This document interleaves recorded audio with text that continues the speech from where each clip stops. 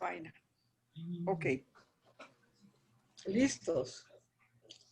Ups. Ahí sí te vemos, Clarita. Súper. Muy bien.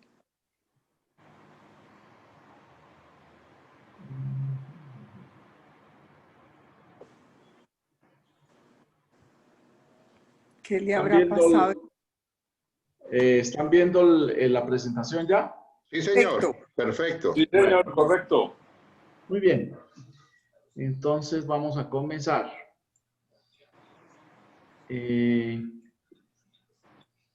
Bueno, el tema de hoy es este, de la polifonía a la armonía. Hay que decir que la armonía es una consecuencia de la polifonía realmente. Y si se quiere, la armonía está contenida en una de las formas de la polifonía. Pero el concepto, ese nombre apareció mucho después que el nombre de polifonía o el nombre de contrapunto.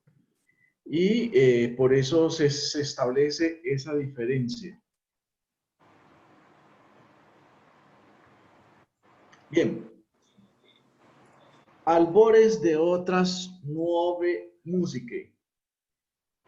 Cada tanto en la historia de la música y en la historia del arte se anunciaban nuevos paradigmas, nuevo arte, una nueva música, de suerte que esta nueva música era una nueva de otras de unas que se volvieron viejas que también fueron gritos de nueva música. Por ejemplo, en el siglo XIII hubo un grito de nueva música también.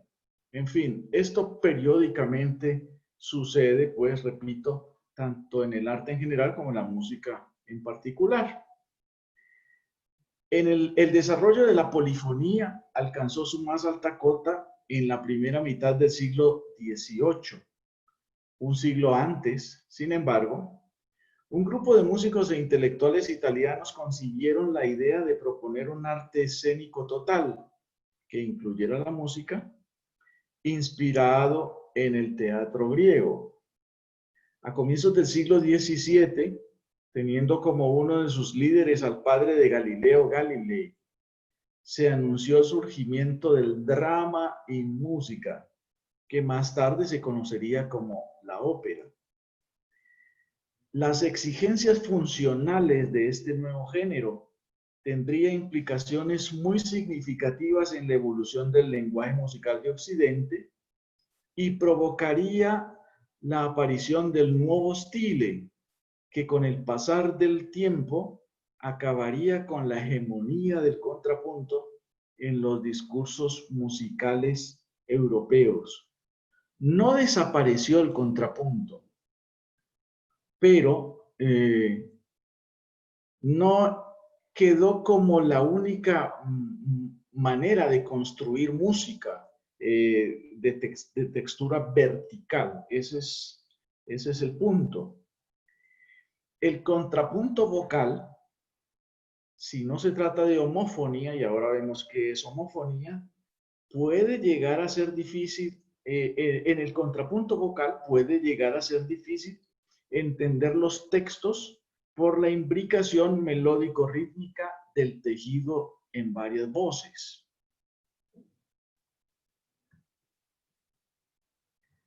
Antes de mirar un ejemplo de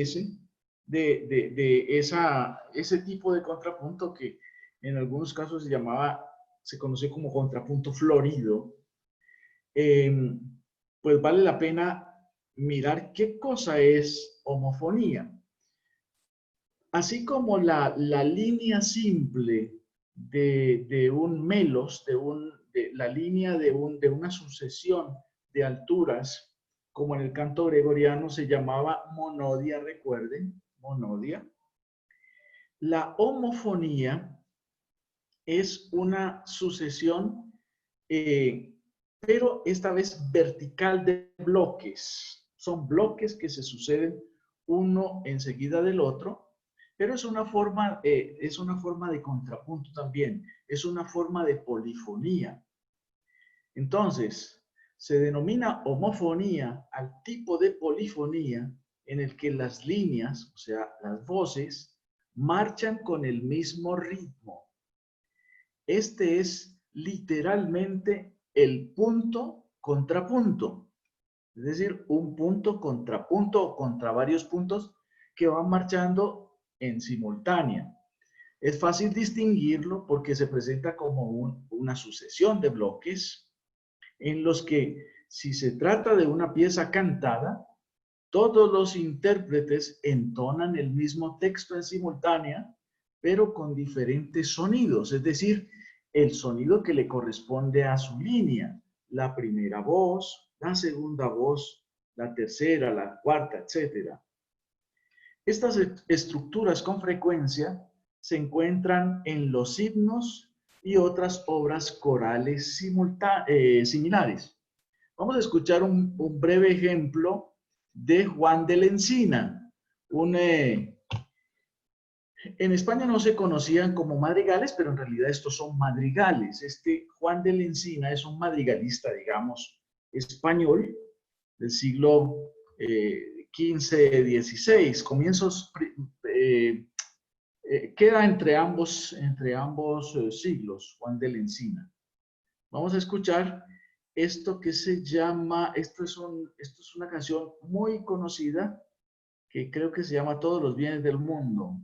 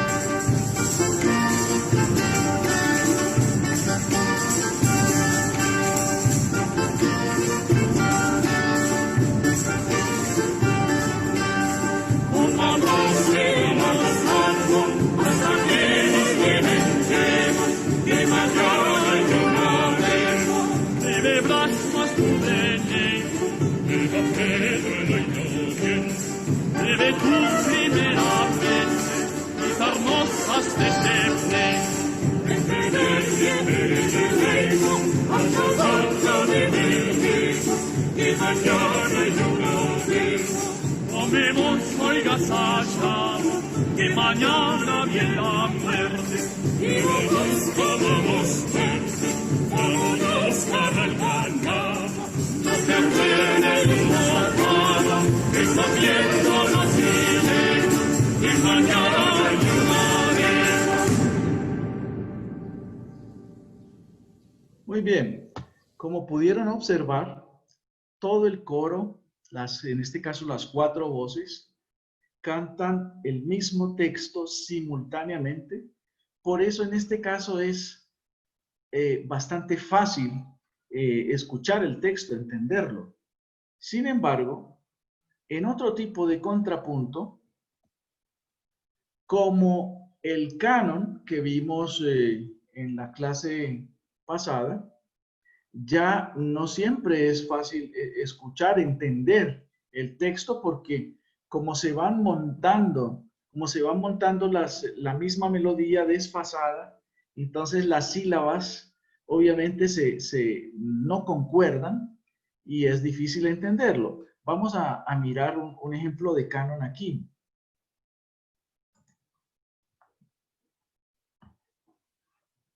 Kikiriki, cantad sin fin. Cacaraca, cantad sin parar. Ay, kikiriki, caraca, caraca. Vaya algarabía que vamos a armar.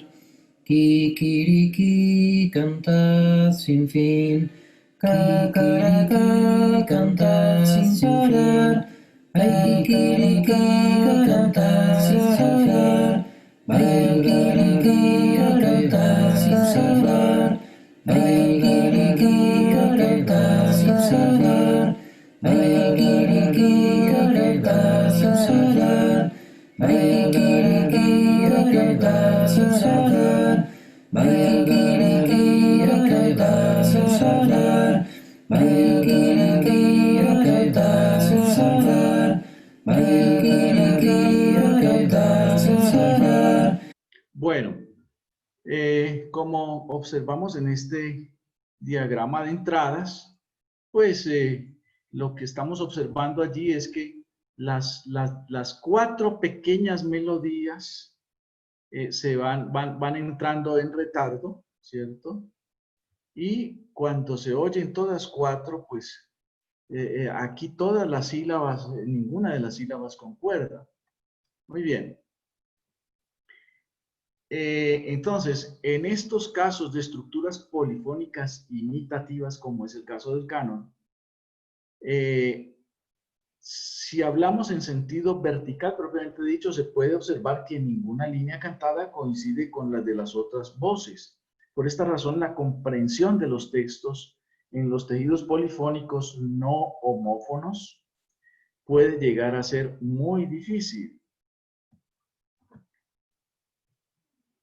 Vamos a escuchar un caso de contrapunto florido en un motete. El motete es una de las formas polifónicas religiosas, mejor dicho, quizás la forma polifónica religiosa emblemática del Renacimiento. Tenía una construcción contrapuntística intrincada y en algunos casos las distintas voces cantaban textos litúrgicos diversos y hasta en distintos idiomas. Entonces, a veces, digamos, la primera voz podía cantar un texto en latín y la otra podía cantar un texto en la lengua local, por ejemplo. Así que ustedes se podrán imaginar que eso no se va a entender, ni falta que hacía, porque realmente lo que importaba allí era, sobre todo, la música realmente.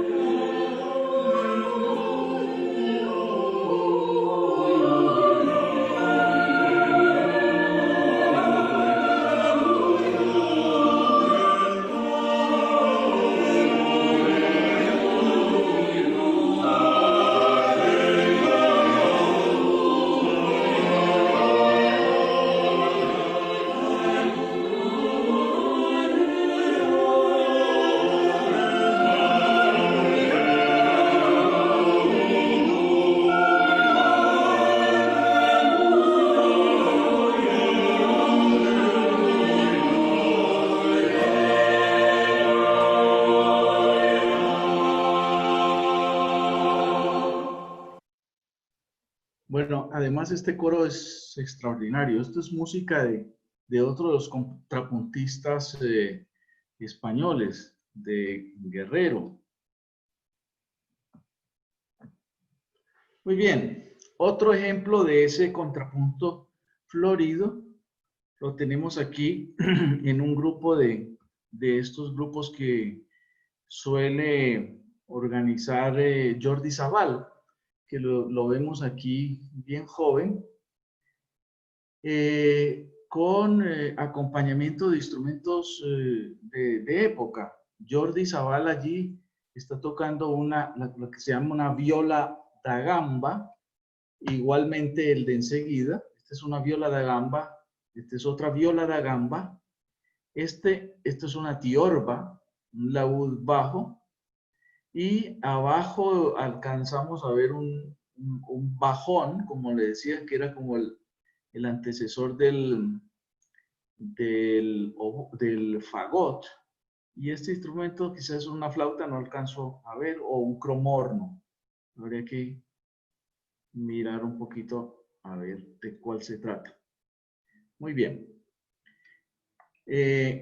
A pesar de que este texto está en español, ya van a escuchar que es difícil entender el texto.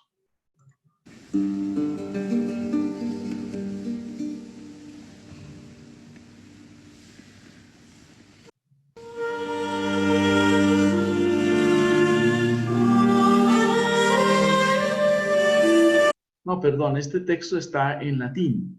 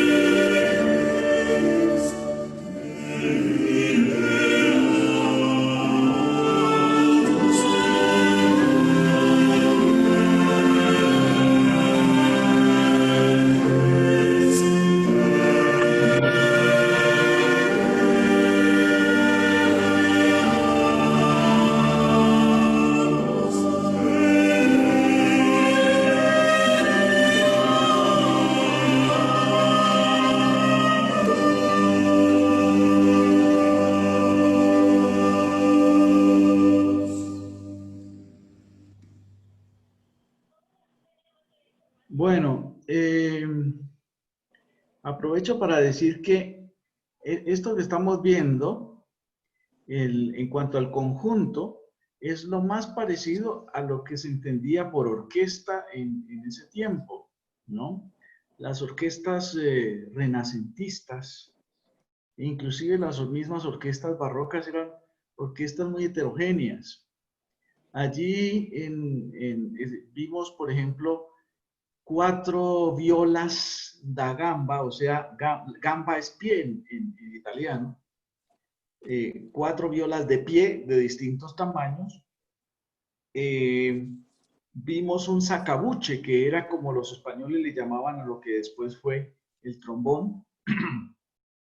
Vimos un tipo de cromorno, que es un pariente del oboe. También vimos un tipo de corno inglés. Vimos allí una tiorba, que era el laúd más largo, y un laúd atiorbado, que estaba enseguida del más largo. En fin, estos conjuntos no eran estables como se conoció después la orquesta, pues que hoy en día, es decir, la orquesta se estandarizó en el siglo XVIII, pero antes del siglo XVIII, en las orquestas tocaba, mejor dicho, los compositores escribían música para lo que hubiera. Casi nunca tenían unos grupos estables, así que se escribían, era sobre todo partes, se escribían partes para que se tocara con lo que hubiera.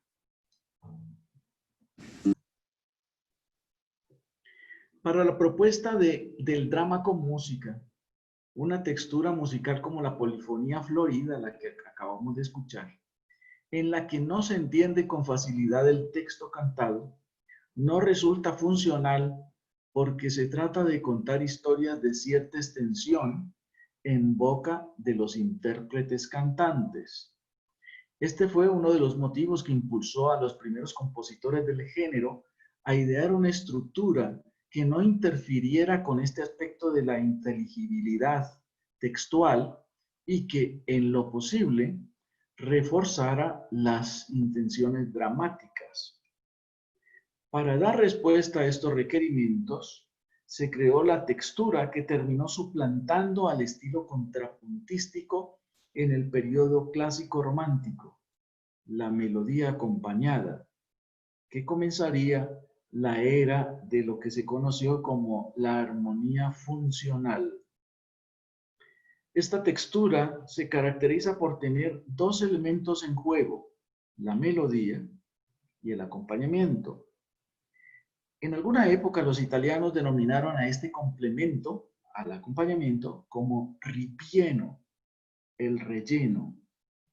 Se podrá deducir entonces que se trata de una relación jerárquica en la que la melodía constituye el eje central del discurso y todas las demás voces o instrumentos tienen la tarea de hacerla más inteligible y realzar su importancia.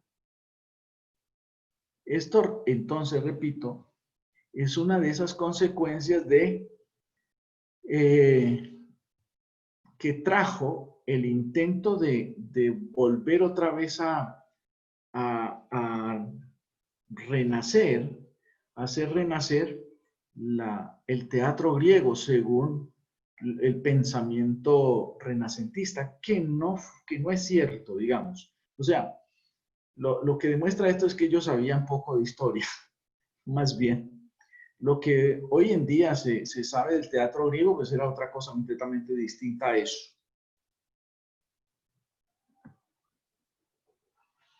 Afectos confusos. En el Renacimiento, la música diatónica, o sea, la que hemos visto de los 7 sonidos, do, re, mi, fa, sol, la, si, 7 sonidos, que están dentro de ese ciclo de la octava, recuerden, creo, primera o segunda charla, había adoptado un sistema de escalas internas que se conoció como sistema modal.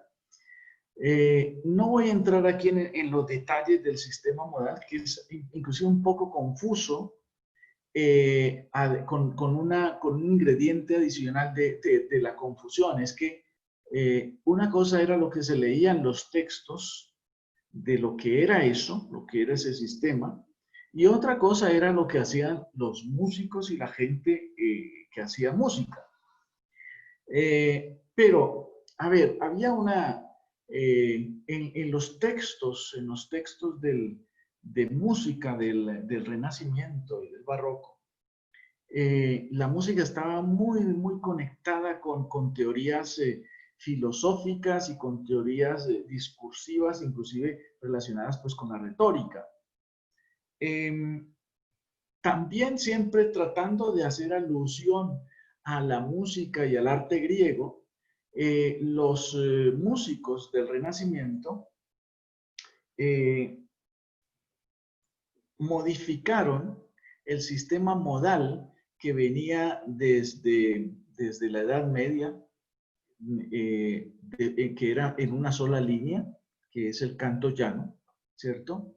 Hicieron una versión vertical, digamos, verticalizada, entre comillas, de esa monodia simple que es el canto llano. Dentro de ese esquema, desde cada sonido de la escala, les pongo un ejemplo: do, re, mi, fa, sol, la, si, do. Este sería una escala, ¿cierto? La siguiente escala sería la que inicia en el siguiente sonido, o sea, re, mi, fa, sol, la, si, do, re. La tercera será la que comienza en el tercer sonido, mi, fa, sol, la, si, do, re, mi, y así sucesivamente. Cada escala que comenzaba en ese sonido distinto, pero dentro de los mismos 7, decían, por lo menos en la teoría, que tenía un ethos diferente, que producía un estado del alma, un afecto, una emoción particular. Esa teoría, que era más teoría que realidad, se conoció como la teoría de los afectos o degli affetti, la teoría degli affetti. En la estructura del contrapunto, entonces, el razonamiento que en algún momento hicieron los teóricos, también para darle un soporte teórico a por qué era mejor una sola línea con un acompañamiento, ellos decían, tomaron como argumento esto. Si hay varias melodías, como sucede en la textura contrapuntística, ¿cierto? Hemos visto que el contrapunto consiste en que hay varias melodías que corren simultáneamente. Entonces, si cada melodía de esas que corre simultáneamente tiene su propio ethos, ¿cierto? Entonces es una mezcla de ethos allí, y entonces el oyente, pensaban, quien oye la música finalmente no puede decidirse por un ethos en particular. Entonces producía una confusión afectiva, digamos, ¿cierto? Entonces, ¿cuál era el planteamiento? Decía, según estos teóricos, esto produce una confusión de los afectos que no era conveniente para musicalizar el drama, en el que debería existir una relación psicológica coherente entre texto y sonido.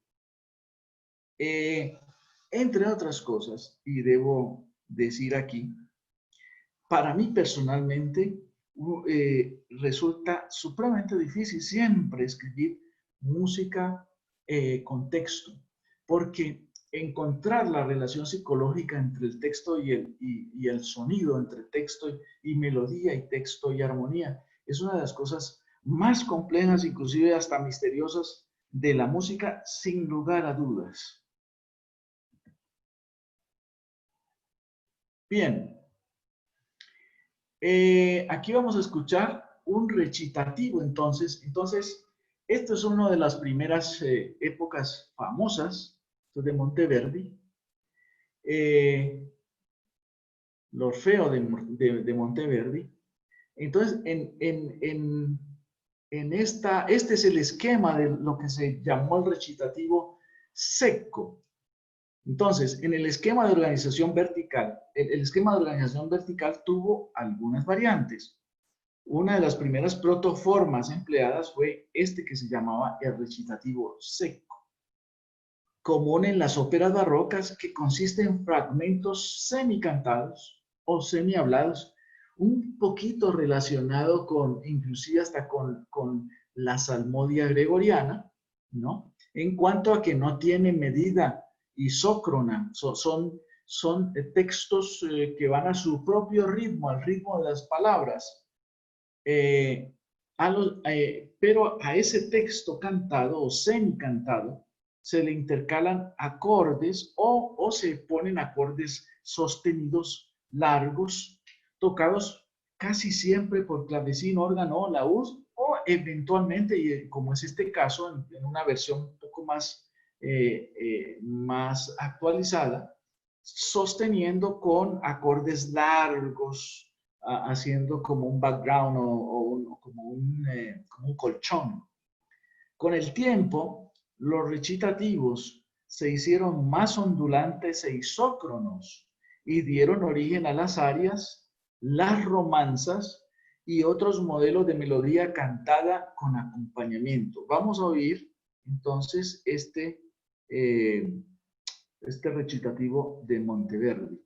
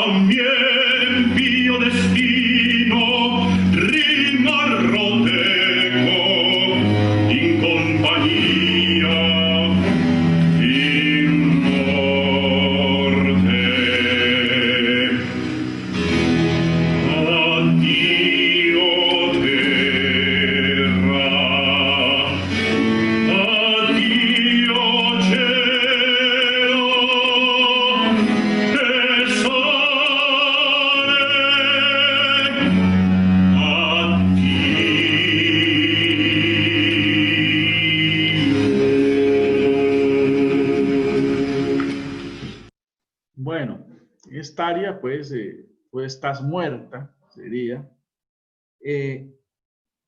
Aprovecho para decir que Monteverdi fue un gran precursor de la orquestación. Es uno de los, quizás el primer compositor importante que le preocupaba la combinación de timbres. Entonces, en la partitura original del Orfeo, en la partitura de la orquesta, escribió qué instrumentos quería que tocara cada línea, lo cual no era usual porque repito que los compositores generalmente escribían simplemente partes y eso se tocaba con lo que hubiera. Monteverdi se adelantó a su tiempo en ese aspecto, ¿cierto? Al plantear la combinación tímbrica precisa, que es hoy en día la esencia de la orquestación, digamos, desde el siglo XVIII y muchísimo más a finales del siglo XIX y en el siglo XX. Muy bien. Ustedes me preguntaron o me han dicho que hablemos de conceptos de la música. Uno de los conceptos que se oyen muchísimo es este nombrecito de el acorde. ¿Qué cosa es un acorde? Bien, el concepto de acorde aparece con el nuevo paradigma vertical de la melodía acompañada. En la música polifónica, por supuesto que también se presentan bloques de sonidos diferentes, pero son consecuencia de los sitios de coincidencia de las marchas horizontales individuales que siguen unas reglas establecidas de combinaciones consonantes y o disonantes. Recordemos que para los primeros polifonistas del medioevo, que en realidad no se podría llamar todavía polifonía eso, algunos le dicen polifonía temprana, pero digamos el gusto, recuerden, creo que eso lo vimos hace 2 clases, sí, dos charlas. El gusto de ellos era la simultaneidad de esos sonidos que estaban a una distancia de 4, ¿cierto? O de 5, recuerden, que es como suena, por ejemplo, la gaita escocesa. Ese tipo de sonido es el que a los hombres del medioevo, a los músicos del medioevo les parecía absolutamente placentero y les parecía, si podemos usar ese nombre, armónico o de armonía perfecta, que sí se usaba también. Bien. En la nueva música, o sea, esta que comienza a plantearse desde comienzos del siglo XVII, va a tomar mucha más importancia la entidad sonora vertical, el acorde, como una suerte de organismo individual que tiene características y funciones definidas. A los contrapuntistas les importaba lo vertical, pero para ellos era mucho más importante cómo se desenvolvía lo horizontal, el nivel horizontal, así fuera simultáneo. Lo que va a cambiar en el pensamiento de la música es cómo la atención que se le va a prestar a cómo suena esta combinación particular, y se van a construir o se va a construir sobre cada sonoridad de esas entidades, pues toda una teoría de acordes que representan la tensión y otros acordes que van a representar el reposo, que vuelve a ser nuevamente la esencia de la música, la esencia recuerden que en la monodia también aparecía ese concepto de que hay 2 polos enfrentados. Bueno, la polaridad aquí está representada también en ciertas combinaciones, ciertos acordes que son tenidos como tensos y otros acordes que son tenidos como de reposo. En la segunda mitad del siglo XVI, ese sistema modal del que hablamos fue mutando hasta una simplificación que dio origen a lo que hoy se conoce como a lo que se conoce como sistema tonal o bitonal. En este esquema existen solo 2 tipos de escalas que son complementarias y que son denominadas como de modo mayor y de modo menor. Entonces, por eso ustedes en las obras escuchan concierto en sol mayor de Ravel, concierto en la menor de Bach para violín, yo qué sé, bueno, las tonalidades, como se le llama a eso, está relacionado es con eso, con esos acordes y con esas escalas que se redujeron a 2. Antes había 8, ahora quedaron solamente 2. Bien, ¿cómo son los acordes de la música que se llama música tonal o de armonía tradicional? Bueno, ¿cómo se construyen? Ya se construyen distinto, o bueno, ni tan distinto a como se construyeron en la Alta Edad Media, pues del paralelismo. En este caso, se trata de 3 sonidos, a veces 4, pueden ser más, pero en la música tonal eran básicamente 3. 3 y un poco más adelante fueron 4, pero al comienzo solamente 3, digamos, ¿no? ¿Cómo se construyen esos sonidos? Bueno, consiste en combinar el primer sonido un primer sonido, el otro que está en la tercera posición, el otro que está en la quinta posición, o sea, cada 3, ¿cierto? 1, 2, 3, 1 contándose el mismo, 1, 2, 3. Así se construyeron los acordes y toda la teoría del acorde de la música de Occidente, que es la música que seguimos escuchando y además la música que más fácilmente entendemos porque esa es la que está en nuestro oído, esa es la que está en la música popular inclusive, nuestra y de la mayoría de los países occidentales. Entonces, ¿cómo se construyeron los acordes? Pues, si tomamos el sonido do, que es este, el siguiente sonido con el que se hace sonar es el que está a una tercera, se dice do, re, mi, o sea, mi, y el otro una tercera por encima del último, mi, fa, sol, este. Entonces, estos 3 sonidos siempre han sido organizados a esa misma distancia, en todos los, partiendo de cada uno de los sonidos de la escala, es lo que ha construido el sistema de acordes de la música que se llama tonal. Lo vamos a escuchar aquí. Primero vamos a escuchar el sonido y luego el sonido solo, y luego lo vamos a oír acompañado con su triada, como se llama. Ahora, miren, triada, otra vez 3. Fíjense que ese número es el número mágico de 3, es recurrente, pues, en la música, ¿no? La triada, 3, siempre el número mágico. Entonces, repito, vamos a escuchar este sonido y luego lo vamos a escuchar él con su triada, o sea, con los otros 2 sonidos que se le agregan para hacer el acorde.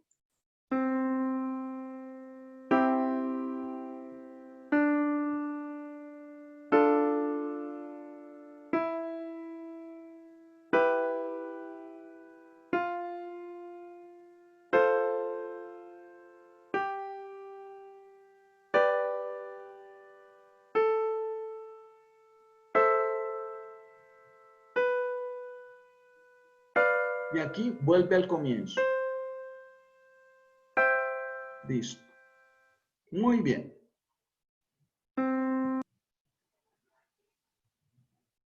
Bueno.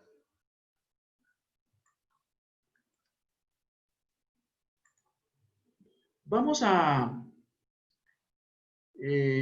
escuchar un fragmento de esa pieza famosísima, pues, de cuadros de una exposición de Modesto Mussorgsky en la versión original para piano, o sea, la versión que escribió Mussorgsky. Se trata del promenade, que es la introducción, pero que también ese promenade es un fragmento que va a aparecer entre cuadro y cuadro de la obra. Bien, ese famoso Promenade tiene un también muy célebre coral, y lo traje porque aquí vamos a escuchar primero la melodía simple y luego vamos a escuchar esa melodía en acordes, acompañada de unos acordes. Ahora, acá arriba ustedes van a poder ver la verticalidad, en este caso de forma horizontal. O sea, lo que va a tocar este teclado, lo van a ver aquí de forma horizontal, de suerte que cuando vean unas rayas que están a la misma altura y se puede ver que están sonando simultáneamente.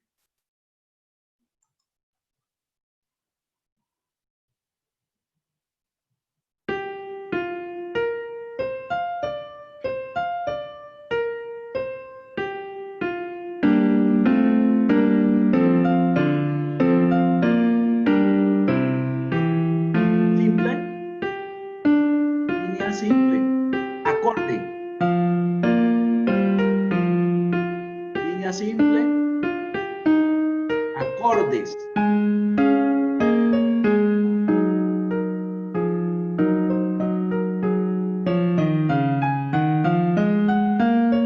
acordes,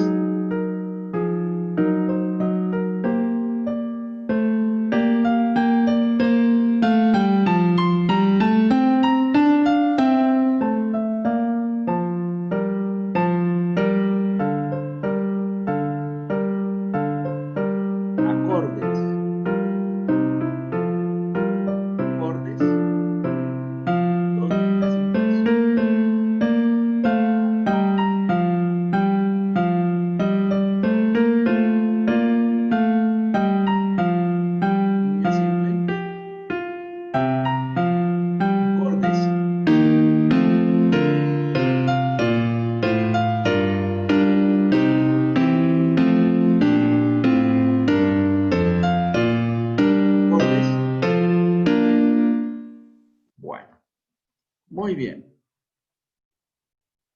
Vamos a ver la versión de este fragmento, la versión orquestal.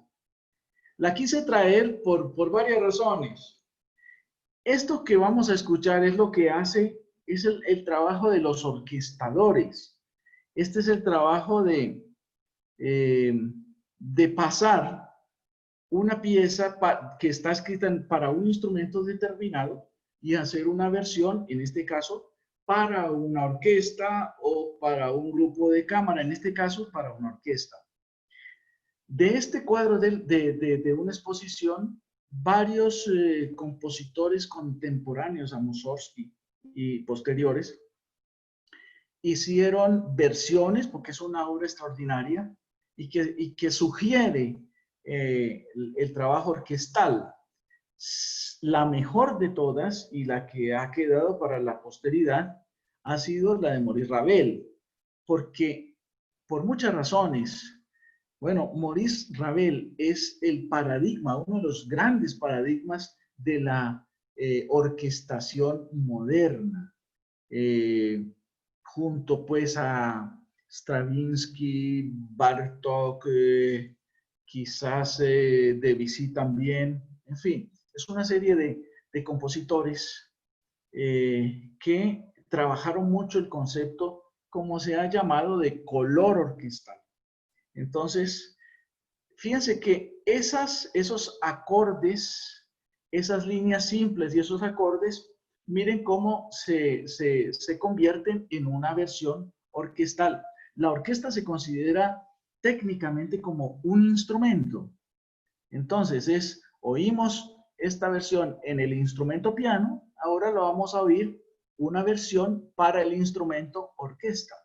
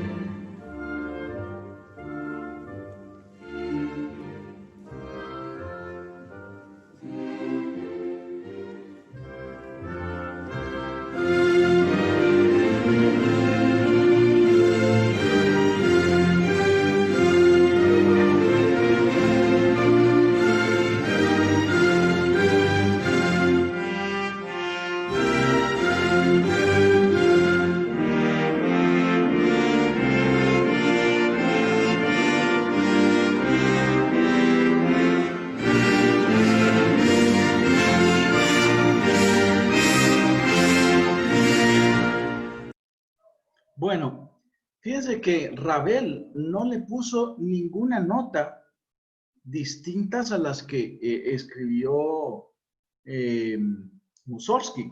Lo único que hizo Ravel fue distribuir, hacer lo que se llama la distribución instrumental, ¿cierto? Por ejemplo, la trompeta inicia con esas noticas que inicia el piano. Cuando hay acordes de cuatro voces distintas, pues simplemente Ravel al comienzo las distribuye en todos los metales y ese es un coral pues que se ha hecho muy famoso, el coral del Promenade de Ravel. Muy bien. Vamos a hablar un poquito de la melodía. La melodía acompañada. En este caso, con bajo y acorde. No sé cuántos de ustedes han estudiado, en alguna vez en su vida estudiaron de pronto guitarra, ¿cierto? No sé cuántos de ustedes. Pero cuando a uno le enseñan guitarra, una de las primeras cosas que le enseñan es a acompañar valses. Por alguna razón, esa es una parte de la metodología para la enseñanza de la guitarra de música popular que es muy común. En el piano también. Entonces, vamos a escuchar una melodía acompañada muy claramente bien diferenciada de la melodía con su acompañamiento. Si ustedes se fijan bien en este video que vamos a ver a continuación, la melodía, en este caso de un vals de Chopin, está en la mano derecha. Y lo que hace la mano izquierda es el acompañamiento. Toca un bajo y dos acordes. Ese es el acompañamiento típico de vals. Así que préstenle atención y esto es un ejemplo absolutamente típico de lo que es una estructura de melodía acompañada, en este caso para piano.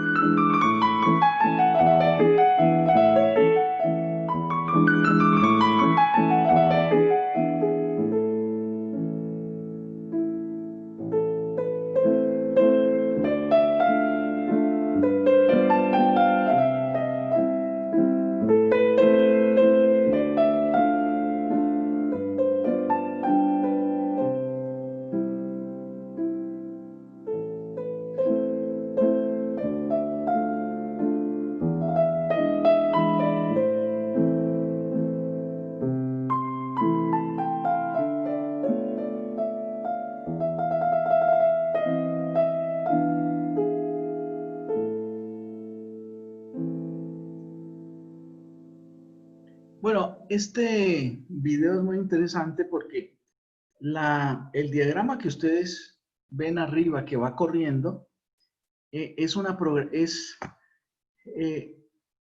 si pudiéramos convertir eso en rotos y ponerlo en un papel, eso era lo que hacía sonar las pianolas. En realidad eso que vemos allá arriba es una programación de pianola, ¿no? Allí están los huequitos, y esos huequitos hacían funcionar los martillos. Bien, vamos a escuchar otro ejemplo de melodía acompañada. Esta vez en el concierto de Aranjuez, el segundo movimiento, un fragmento vamos a oír. La guitarra inicia acompañando el corno inglés con acordes largos, y posteriormente la orquesta acompaña a la guitarra cuando la guitarra hace unos arabescos.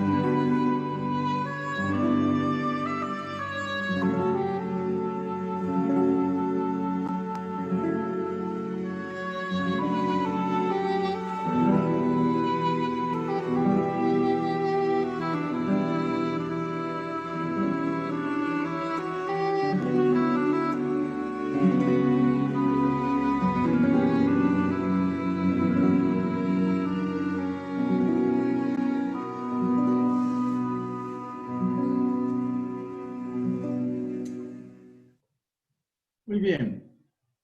Por cierto, el guitarrista se llama José Antonio Escobar, es chileno y fue uno de nuestros invitados al seminario que yo he organizado en varias ocasiones. Él vino a tocar aquí a Cali. Bien. Otro de esos nombres que seguramente han escuchado ustedes es el arpegio. ¿Qué cosa es un arpegio? El arpegio podría decirse que se desprende del acorde. Solo que en el acorde esas 3 o 4 notas se tocan simultáneamente.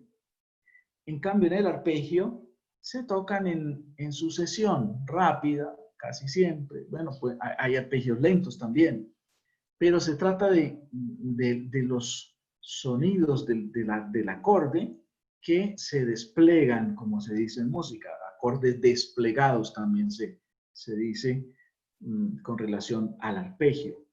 Vamos a oír los acordes con su arpegio, los acordes que ya oímos, esta vez con su arpegio, y al final vamos a oír un fragmento de esos arpegios rápidos y verán que le suena a cosas que son, digamos, muy comunes en la música que han escuchado.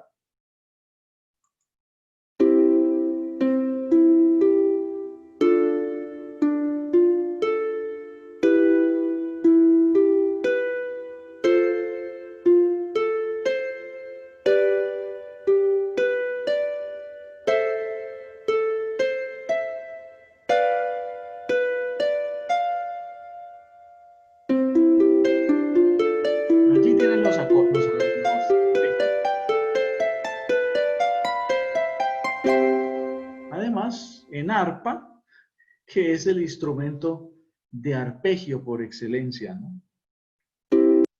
Bien, este video tiene el volumen un poquito bajo, es una lástima, no alcancé a aumentarle la señal al audio.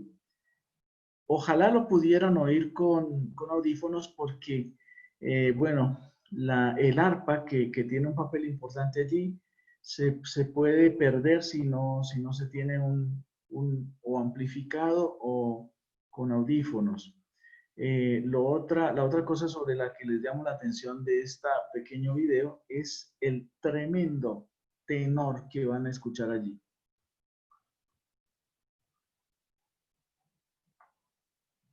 Esta es un área famosísima. Ya se van a dar cuenta.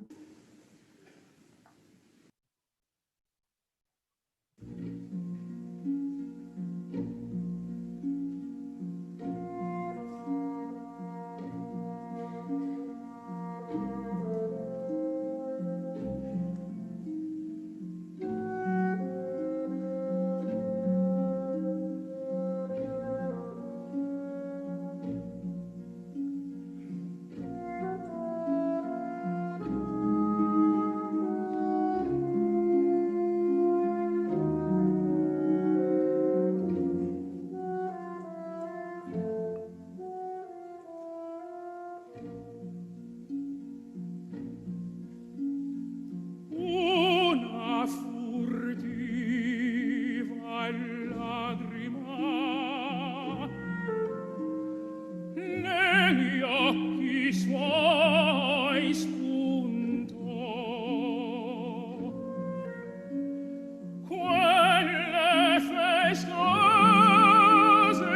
giovani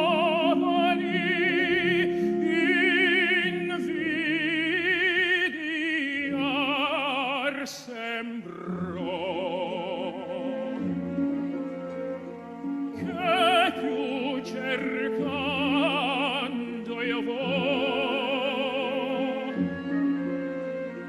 che più cercando io ma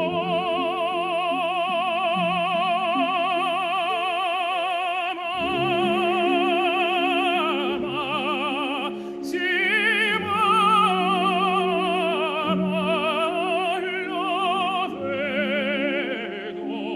lo vedo.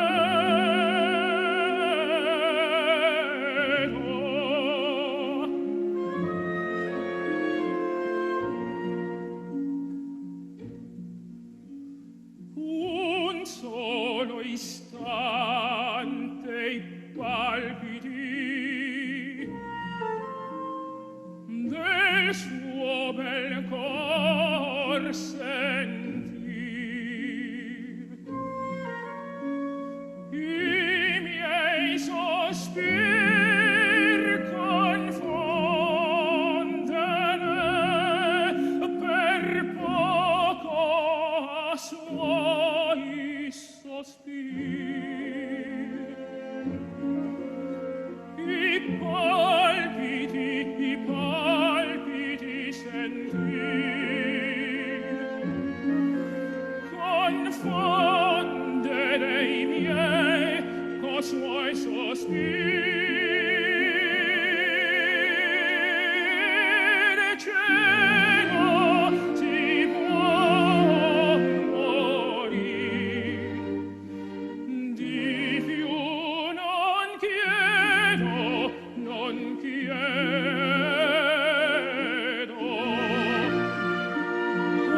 Oh, cielo, si può morir, di più non chiedo,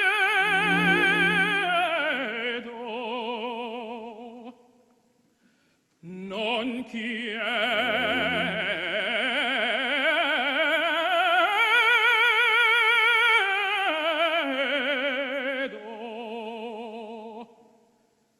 Si può morir,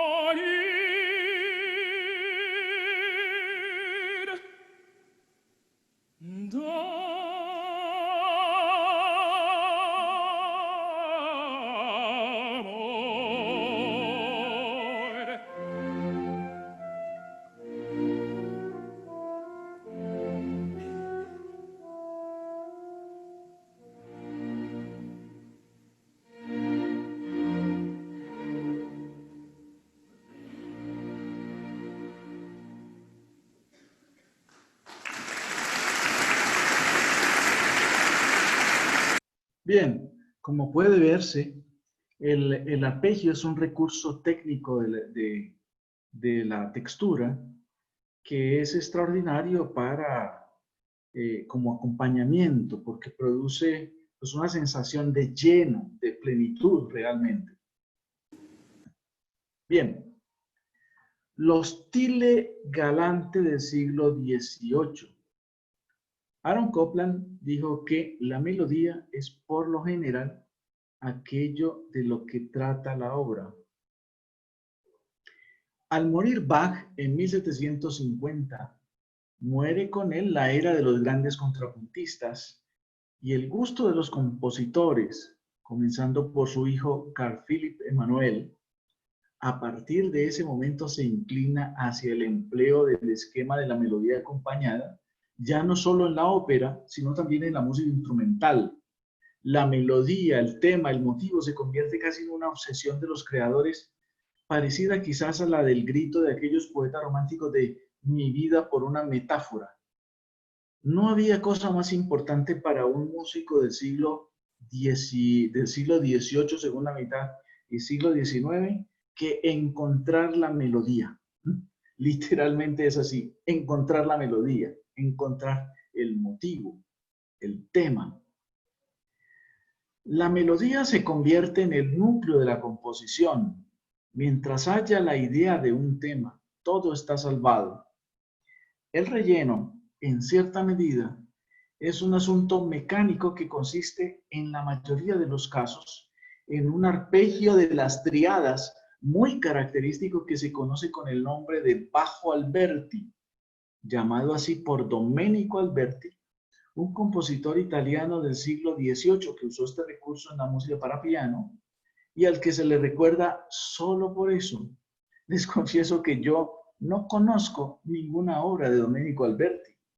Sin embargo, así se le llama a el acompañamiento que caracterizó la música del siglo XVIII, la música para piano y como vamos a ver, la música orquestal.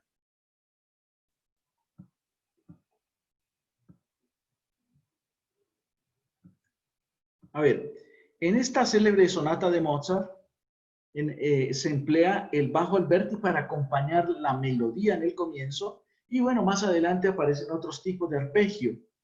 Durante el transcurso de este primer movimiento se escucha la manipulación de varios temas. Hoy algunos teóricos le llaman gestos, para armar el discurso de forma más compacta y de acuerdo con el postulado retórico de la unidad temática. Yo sobre la marcha se los voy a ir señalando. Esto lo han oído ustedes.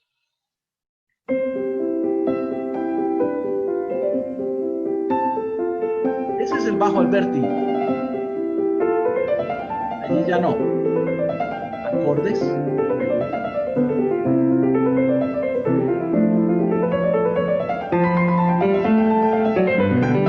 Allá, arpegios.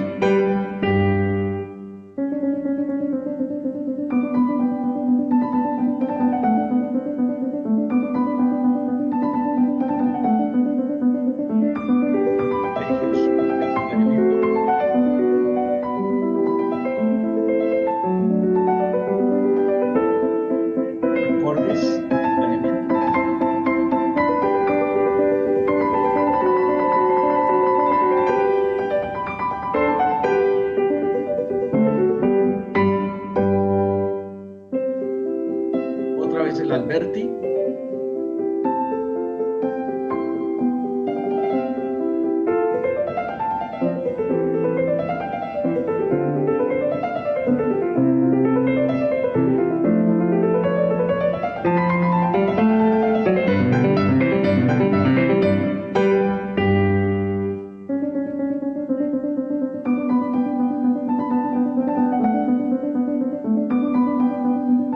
Está repitiendo. Todas las sonatas repiten esta primera sección. Todas.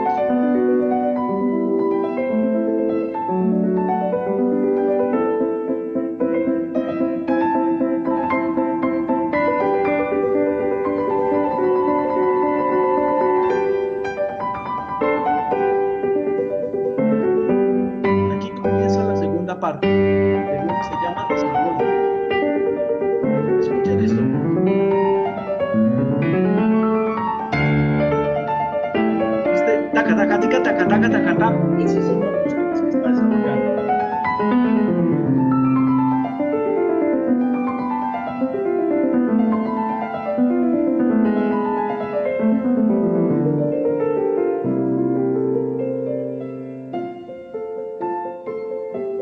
Volvió a lo que se llama la reexposición, o sea, al comienzo.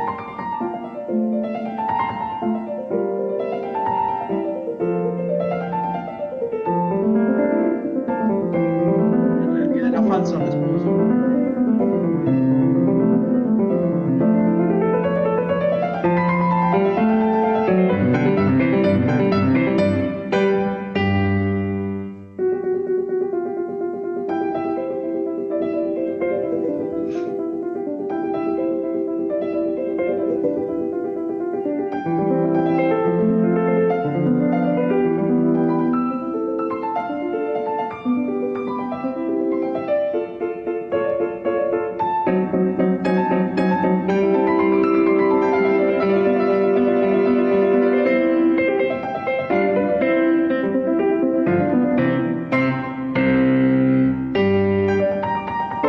Otra vez el mismo tema.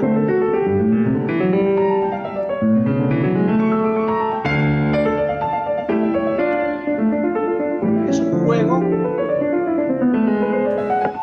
con material.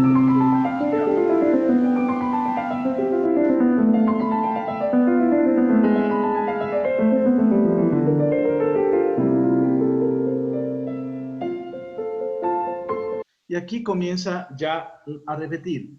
Bueno, aprovecho esto para decirles que la composición se compara, se puede comparar con la escritura, por ejemplo, de una novela o un cuento, ¿no? Existen unos personajes y entre menos personajes haya, es mejor. Es decir, una mala novela tiene un montón de personajes y aparecen en una media página y nunca más vuelven a aparecer en el resto del libro. En el caso de esta sonata vemos cómo Mozart toma unos pequeños fragmentos, gestos, como queramos llamarlo, y sobre eso construye todo el discurso. Eso en música se conoce como la unidad temática, el desarrollo con unidad temática. Muy bien. Y finalmente, con esto terminamos hoy, vamos a escuchar el piano en orquesta en el siglo XVIII. Los compositores miren, el instrumento de composición de Bach y de sus contemporáneos era básicamente el órgano o en algunos casos el clavecín. En el caso de los compositores del 18 y también del 19, del 18 segunda mitad, era el piano. Entonces, lo que hicieron los compositores de este periodo, del periodo que se conoce como clásico romántico, es de alguna manera traspasar esto que hacían en las sonatas para piano, hacerla sonar en su propia versión orquestal y para eso usando más o menos el recurso del bajo Alberti, pero adaptado a las posibilidades de la orquesta, una orquesta relativamente pequeña, porque si vemos aquí, esta es la Sinfonía 17 de Mozart, únicamente tenía 2 oboes, 2 cornos y el resto era la orquesta de cuerdas. No tenía nada más, solamente tenía 4 vientos, 2 oboes, 2 cornos y no más. El resto era la orquesta de cuerdas, violín, viola, violonchelo y contrabajo. Muy bien, entonces, cuando uno escucha una obra del periodo clásico, Mozart, Haydn, uno puede identificar eso con mucha facilidad. Y la pregunta es, ¿por qué yo puedo identificar fácilmente eso y ubicarlo en ese periodo? La respuesta es porque se trata de un acompañamiento que es absolutamente típico de esta época y que está relacionado con lo que acabamos de escuchar en el piano, con el famoso bajo Alberti. Así que las sinfonías de Mozart, una gran mayoría, tienen fragmentos de este bajo Alberti siempre por todas partes, con excepción de las últimas, porque curiosamente, los últimos años de Mozart, digamos, yo diría que los 3, quizá 4 últimos años, Mozart se vuelve la vista a Bach, más bien descubre a Bach y descubre la tremenda, el tremendo valor y la tremenda complejidad de la composición bachiana. Y entonces las últimas sinfonías de Mozart ya no tienen este estilo galante, sino que van a ser sinfonías que van a anunciar un poco el estilo beethoveniano y posterior, en donde hay mucho más, una vuelta atrás a Bach nuevamente, al contrapunto complejo, combinado con algunos elementos de lo que se había hecho en el siglo XVIII. Muy bien.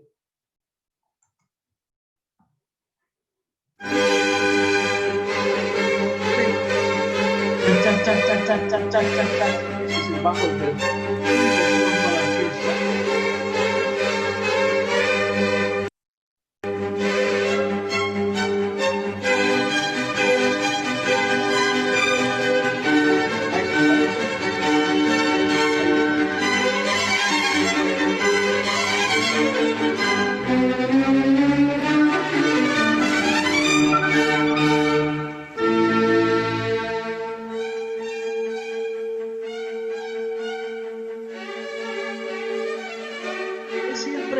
esta pulsación constante del piano es el arpegio. En el caso de la orquesta son los chelos y contrabajos, a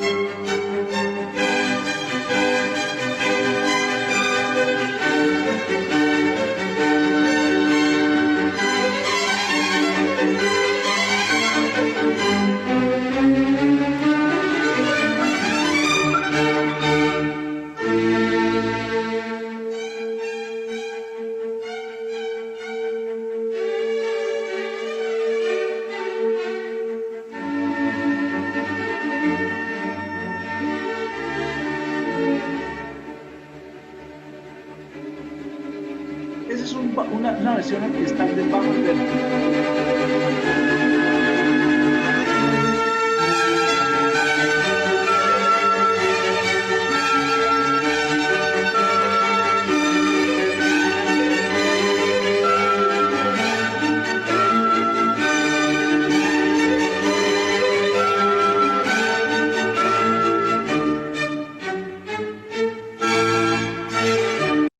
Muy bien. Bueno, hemos terminado entonces con el tema de el tránsito de la polifonía a lo que se conoce como la armonía, y dentro de este esquema armónico, dos entidades muy importantes que son el acorde y su consecuencia, que es el arpegio. Muy bien.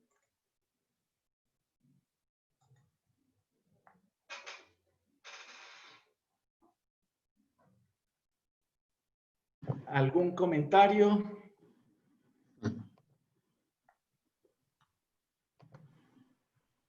una clase extraordinaria. Mejor dicho, me pareció facilísimo tocar a Mozart.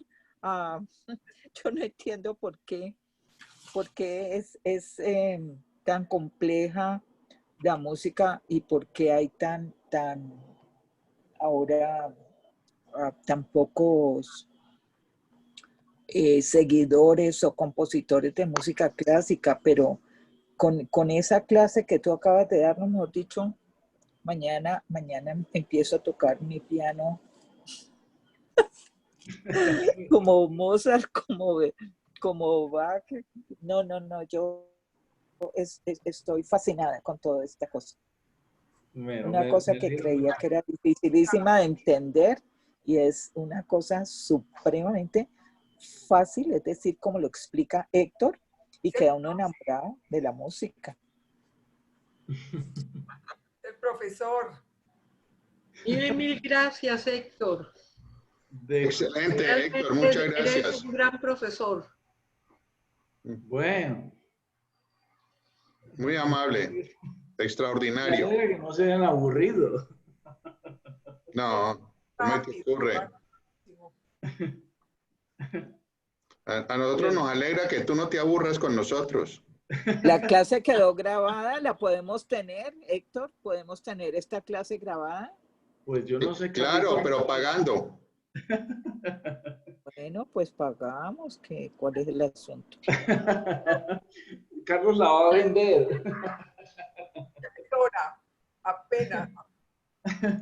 Bueno, No, si hay quiere, yo cosa me vuelvo tu manager y le hago cursos y se los vendo. Oye, lástima que no pudieron participar los otros, porque fue una clase extraordinaria, Así es. de verdad. Bueno, ¿alguna cosa que no haya quedado claro? ¿O que quieren clarita? Yo entiendo. Yo lo he estudiado muchas veces y cada vez me parece más extraordinario. Para mí es fácil, no sé para ustedes. Este de Monteverdi me pareció divina, pues con Pilar Lago, con el maestro Mario Gómez Viñez, en fin. Pero pues nada como tú, Héctor.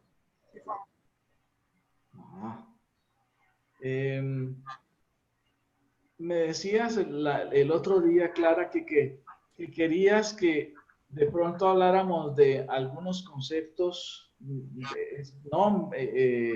denominaciones pues, que se utilizan en música. Sí. ¿Se te ocurre alguno que tengas, que quisieras que hablaras, del que habláramos? Hoy, pues no tengo así como inquietud particular. No sé ustedes, el grupo. Héctor, ¿y por qué no hacemos como una continuación, como que estamos aquí en esta época y saber qué sigue pasando? Bueno, sí, claro. Desde luego, esa es la idea, ¿no? Esa es la idea. Sí. La idea es que vamos a ver qué